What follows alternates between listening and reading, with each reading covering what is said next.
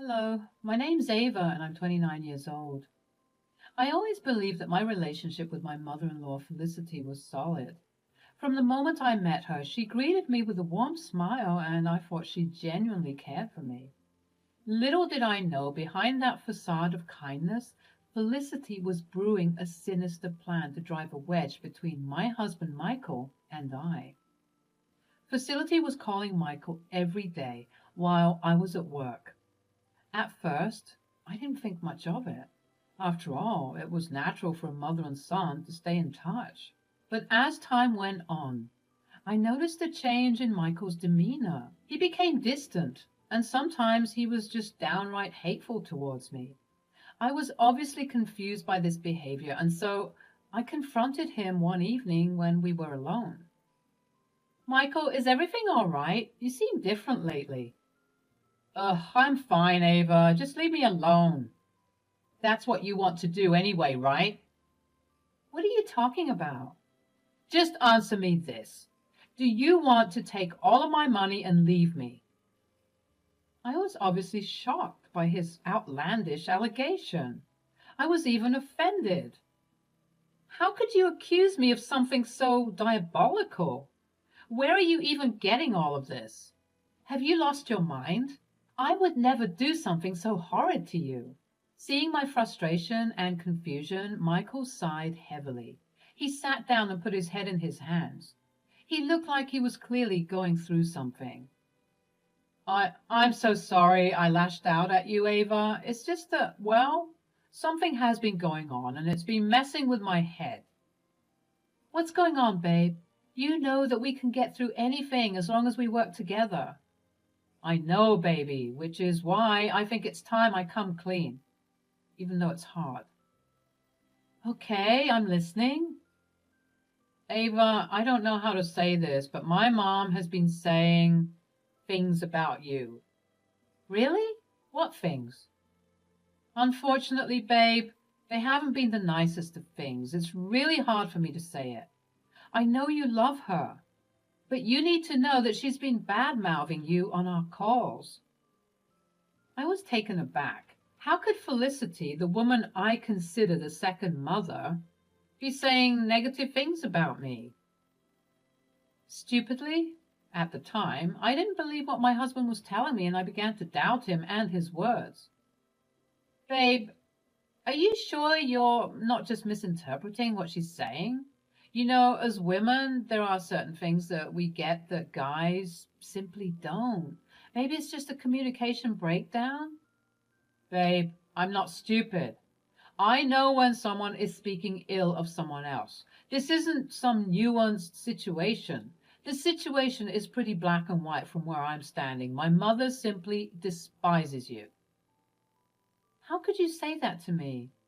Just earlier this week, Felicity and I spoke on the phone and she asked me about you. I told her all about how we're doing well and I told her of our plans to start that business we've always dreamed about. That's funny because she told me today that you were planning on sabotaging our business plan so that everything would be under your name. And then you'd eventually run away with all the money. What? That's crazy. I know. She's been saying all sorts of crazy things, and I hate to admit it, but it started getting to me. I started believing her. Even though there was no solid proof, I started believing her words, and that's why I lashed out at you earlier. I'm so sorry. She didn't say those things, did she? You seem to be adamant in not believing me, so let's do this instead. How about the next time she calls me, I will secretly add you onto the call so that you can listen in on every word that she says. I'll host a Zoom meeting conference call with you on my computer, and when she calls me, I'll put the phone on speaker so that you hear everything. Fine, that sounds like a plan. I'll prove to you that Felicity doesn't speak about me that way. Well, folks, I hate to admit it, but it turns out that my husband was right. The very next day, as I left for work, and Michael was at home enjoying his downtime, he received a call from his mother. He did as was planned and added me on a conference call whilst he answered the phone from his mother. So I was silently listening in on everything, unbeknownst to her, and I found out some very appalling information. Hello, my dear. How was your day?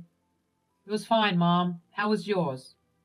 It was not good, Mike. I was too busy stressing and worrying about you and your predicament. What predicament? The fact that you're married to a wicked woman. She doesn't love you, Michael. When are you going to understand that? How much more information do I have to feed you? As your mother, these things impact me as well, you know. The longer you stay with that woman, the more years are removed from my life due to stress. Mom, please stop. I told you that I haven't been finding any evidence of that occurring, so please stop with your allegations. So you're calling me a liar? You don't want to heed these wise words? I'm just telling you the truth. She hates you. She's going to take all of your money and leave you if you're not careful. Let me call you back, okay? Love you. But wait, let me tell you more. Michael hung up the phone and unmuted me from the conference call.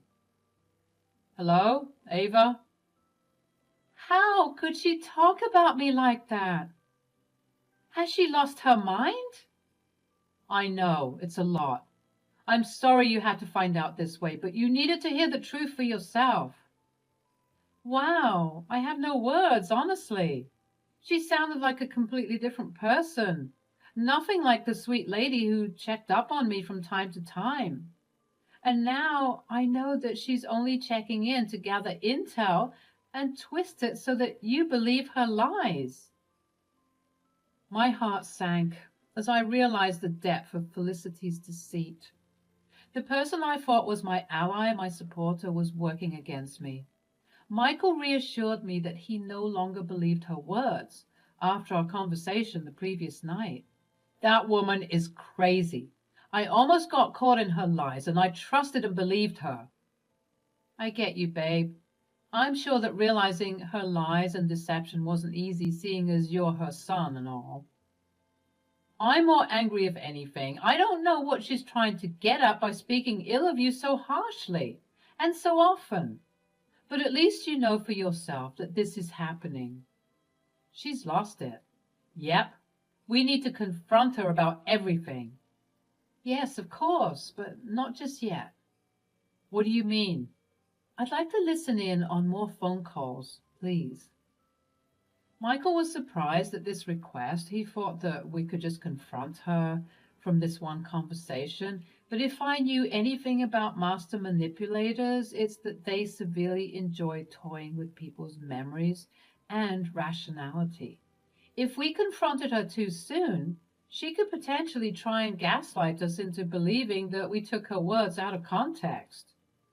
As much as it hurt to hear her awful words and accusations, I needed to gather more information. And I needed to record it so that I had concrete and sufficient evidence of her degrading me in my arsenal for when I finally approached her. The next day, the same thing would happen. Michael would add me onto the call, as was planned. And this would be repeated and repeated for approximately 2 more weeks. I would join the call. Concealed, and Felicity, unaware of my presence, began her usual routine of belittling and falsely accusing me. As much as I was getting used to her lies and deception, I was still somehow astonished at the many ways that she was able to twist innocent moments we shared in the past into something negative, painting me as the villain and attacking my character. With each phone call and secret conference call, the anger and determination to seek revenge grew within me. I knew that Felicity's actions needed to be exposed, not just for myself, but also to protect other innocent individuals who might fall prey to her manipulations. These recorded conversations were no longer only for my benefit, but for the benefit of all who needed it. They became pieces of a puzzle that would unveil Felicity's true nature eventually. As I prepared to face Felicity head on, I knew that the road ahead wouldn't be easy. Confronting a family member, especially one who had deceived us, was certainly not going to be easy. But I was just grateful that Michael would support and comfort me after those horrid lies she would spew. As I mentioned, I had endured this facade for a couple of weeks now, and I was sick of enduring the constant backbiting from my mother-in-law. It was time to take action. One evening, Michael and I sat in our living room, devising a plan on how we would approach this. Just as we were about to talk about our strategy, the shrill sound of my phone interrupted us. It was Felicity calling, and she was calling me. It must have been one of her occasional check-ins, but after finding out what I found out, I was ready to pounce on her then and there. Wait, babe. I know you want to do this now, but maybe we're better off holding off for a second. What? Why? Well, for starters, we don't know why she's calling. She might be calling to come clean for all we know. Fat chance. But a chance nonetheless. Please, at least hear her out. And if this call ends without her coming clean and apologizing, then we'll get that vengeance. In any way you see fit, no questions asked. Ugh. She's still my mom, babe. I don't know. I guess part of me's hoping that she's come to her senses and that she'll change. I just need to know for sure. Seeing Michael saddened by his mother's actions cut me deep to the core. I didn't take the time to properly address how this might be affecting him as well. I was so stuck in my own emotions, but I didn't consider him. Finding out that your mother is a terrible person is certainly a heavy burden to carry, so I felt like I had to at least try and be civil during this phone call, just to satisfy this curiosity he had. Fine. I won't confront her about it just yet. Atta girl. I sighed and I answered the call, my voice guarded but firm. Hello? Hello, my dear. How are you? The similar facade of her sweet voice made me seethe with anger. I knew the truth now, and it took all my strength to respond without lashing out. I'm fine, Felicity. How are you? Felicity seemed taken aback by the hostility in my tone, but I wasn't going to let her play her games anymore. As much as we weren't ready to confront her with the truth just yet, I couldn't help but drop subtle hints. I wanted to toy with her, ever so slightly, so that she knew something was up and that her deceit was coming to light. Oh, darling, are you sure you're fine? You sound so angry. I suppose I am a bit angry, Felicity. You see, I've uncovered some shocking news recently. What news, dear? Well, it turns out that somebody has been slandering my name. Oh, that's very interesting. Yes, it's very interesting indeed, and this person is doing it for no apparent reason, just trying to tarnish my name and my image. Maybe they're jealous of me or something. Oh dear, how awful. Yeah, Felicity, have you ever met a person like that? So cruel for no reason. I think we need to continue this conversation tomorrow, dear. I'm so sorry, but I've just gotten really tired out of nowhere. I'm so sorry. Please excuse me. Let's talk tomorrow. Before I could even respond, she hung up the phone. Not 5 seconds later, Michael got a notification on his phone. It was a text from Felicity. It read, "Got another update on your slimy wife. Someone has been talking about her. Turns out I'm not the only person who thinks she's garbage. I'm telling you, get out of there while you still can. I'll call you tomorrow while she's at work to tell you the full story." Michael and I were sufficiently disappointed and shocked that she would continue to lie like this. Michael was visibly upset. This appeared to be the final nail in the coffin. I'm sure that his hearing how fake she was with me just dispelled his doubts and confirmed what he knew deep down all along. And now He appeared ready for battle. We need to take her down. How can she be so two-faced? She probably went to bed so that she can make up a story about me to tell you tomorrow. She's sick. I don't care that she's my mother. She's in the wrong, and she needs to pay for hurting you and me. Although this terrible circumstance sought to destroy us, ironically enough, Michael and I bonded over this strange and hurtful situation. Our love for each other had strengthened, and we spent the rest of the night comforting each other. The next day came around, and my goodness, it was certainly one to behold. I went to work as usual, but this time with a pep in my step, knowing what was about to go down later on. I was ready to take this lady down. Michael called me eventually, and I knew that it was go time. As usual, he added me to the conference call whilst his mother was on a regular phone call with him. She didn't hesitate to start gossiping about me once they said their pleasantries. And you wouldn't believe what she told me. She said that people all around her are talking about her and her schemes. Oh, what have they been saying? Well, she told me that people have been accusing her of embezzling funds and bribing officials to get what she wants. She knows that people are onto her now. She was practically begging me to console her yesterday. I played along, of course, but I know deep down that those rumors are true. Oh, really? Is that how you recall our conversation from last night? Because I don't remember saying or doing any of those things at all. Felicity appeared to have choked on whatever beverage she was drinking. She wasn't expecting to hear my voice. She must have thought that she was going crazy. Don't worry, Felicity. You're not imagining things. I'm here on a conference call with Michael. I've been listening in on your conversations for the past 2 weeks now. Ava, how did you, but I believe that I haven't properly given you my salutations. So, hi, Felicity. Ava, whatever you heard, I can assure you that you didn't hear it correctly. Let me explain. I chuckled bitterly, refusing to let her try and twist the narrative, just as I had suspected. Oh, please, don't insult my intelligence, Felicity. The charade is over. I know the games you've been playing, the lies you've been feeding Michael. But guess what? We're done being your pawns. I can't believe that you'd be so cruel and manipulative for no reason, Ma. What drove you to do such a terrible thing?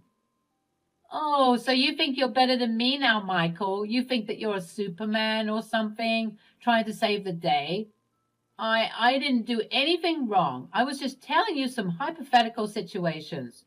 It's not my fault that you two misconstrued everything. You're so pathetic. Even after being caught, you try and cover your tracks so sloppily like this? Not to worry, because I've recorded everything that you've said. So let me jog your memory a bit. I proceeded to play some of the audio recordings I took throughout the weeks. Recalling those cruel moments sent chills down my spine, but I was sure that Felicity was sweating bullets. She kept on stammering and trying to speak over the recordings, again trying to cover her tracks, but she did such a terrible job of defending herself, especially with the irrefutable evidence that was presented before her. Finally, once she understood that the jig was up, she came clean. Well, guess what, Ava? I don't care that you found out the truth. So what? What are you going to do? We all know that you're bad for my son. Bad for him? In what way exactly? I don't know. You're hiding something. I can feel it. Even though I didn't get any evidence, I can just tell that you're a slimy, and you're bad for my son. I'm going to expose you for just how evil you truly are, you old wench. How dare you? Once I tell everyone in the family about this, they're going to be on my side, not yours. Nobody's going to believe an outsider like you, Ava. See, you're wrong again, Felicity, because what you failed to realize, even after I told you earlier in the call, is that I'm recording this conversation too. What? Yep. When will you learn? Not only are we recording this conversation, but we're also recording the conversation you had with Ava last night. And we took screenshots of the text you sent me. You're going down, Ma. I hate to admit that I've got an evil witch for a mother, but I'm tired of making excuses for you and hoping that you'd change. Baby, Ava, let's talk about this. This information doesn't need to go anywhere. Look, I'll apologize, all right? Just delete those recordings. As a matter of fact, let me come over right now. Ava, you're finishing your shift soon, right? Let's all talk about this over a lovely cup of tea and... Save it, Felicity. Your attempts at cleaning up your very damning mess are sloppy at best. Have you no shame or dignity? It's far too late to try and smooth things over now, especially only after you got caught. Who knows how long you would have tried to keep this up if we didn't confront you about it today? We're going to tell everyone about this, and there's nothing you can do about it. And if I didn't make it clear enough, I no longer want to be in contact with you, Mom. I'm sorry, but I can't afford to be around your negative energy anymore. As was dutifully promised and mentioned in the call, Michael and I exposed Felicity on various family group chats, warning our cousins, aunties, and uncles of her manipulative tactics. Out of fear and embarrassment, she would leave the family groups, but we would add her back so that she would face her all this full on. Everyone in the group chat was certainly disappointed and appalled at her crude and childish behavior. Everyone in the group chats unanimously agreed that she needed to be dealt with by being excommunicated, at least for a brief time, so that she could truly work on some character development. She would call Michael and me, begging us to stop exposing her, as her character was being tarnished and decimated completely. But we would not relent. We would always remind her that she made her bed, and now she had to lay in it. After exposing her, a sense of satisfaction washed over me. Felicity's power over us had finally diminished, and we were taking back control of our lives. I bet she won't try and do that to anyone ever again.